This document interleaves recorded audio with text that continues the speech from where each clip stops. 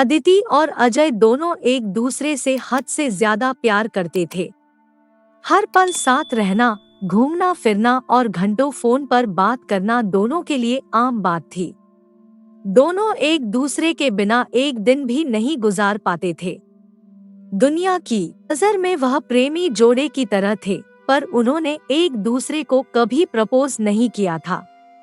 दोनों एक दूसरे को अपना बहुत अच्छा दोस्त समझते थे और ऐसे ही वक्त गुजरता चला गया।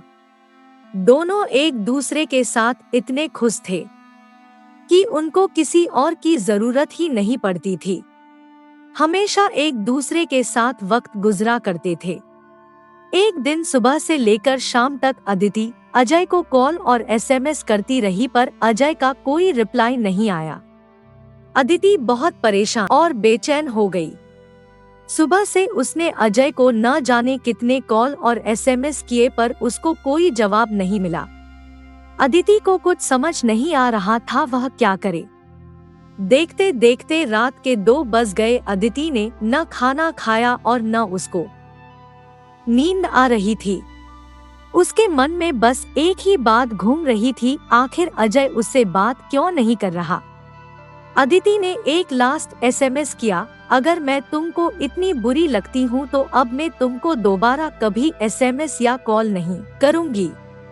इसके बाद भी जब अजय का कोई रिप्लाई नहीं आया तो अदिति जोर जोर से रोने लगी और पता नहीं कब वह रोते रोते सो गई। दूसरे दिन जब अदिति की आँख खुली तब उसने सबसे पहले फोन को उठाया और देखा उसमें एक मिस कॉल थी जो अजय की थी। अदिति ने बिना कुछ सोचे समझे तुरंत अजय को फोन लगाया। जैसे ही कॉल रिसीव हुआ वह जोर जोर से चिल्लाने लगी, तुम्हें हो क्या गया है? कल मैंने कितने कॉल और मैसेज किए, तुमने एक का भी रिप्लाई नहीं दिया। तुम समझते क्या हो और ना जाने क्या क्या। वह एक ही सांस में बोलती चली गई। अजय ने बड़ी शांति से उत्तर दिया, देखो कल मैं बहुत बिजी था और मैं अब रोज रोज तुमसे बात नहीं कर सकता। मेरे भी कुछ सपने हैं और मुझे अपने करियर पर फोकस करना है। इतना कहकर अजय ने फोन काट दिया। अदिति के पैरों तले से जमीन खिसक गई। वह समझ नहीं पा रही थी आखिर अचानक ऐसा क्या हुआ जो अजय उससे बात नहीं करना चाहता है। वह जोर जोर से रोने लगी और उसके सामने फ्लैशबैक चलने लगा। अजय के इस बदले हुए रूप के बारे में उसने कभी सपने में भी नहीं सोचा था। जैसे जैसे वह बातें याद करती वैसे वैसे उसकी आंखों से आंसू गिरते चले जाते। अदिति की नजरों के सामने अजय के साथ गुजारे एक एक पल की तस्वीर ऐसे घूम रही थी जैसे दोनों कल ही मिले हों, पर यह दोनों जानते थे उनका रिश्ता 7 साल से ज्यादा पुराना है।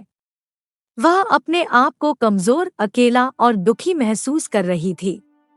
इससे पहले हर मुश्किल में अजय उसके साथ था, पर इस बार वह अकेली थी और उदास थी। अदिति एक ही दिन में इतनी टूट गई कि वह सुसाइड करने की सोचने लगी। शाम के समय अदिति ने हिम्मत करके अजय को कॉल किया।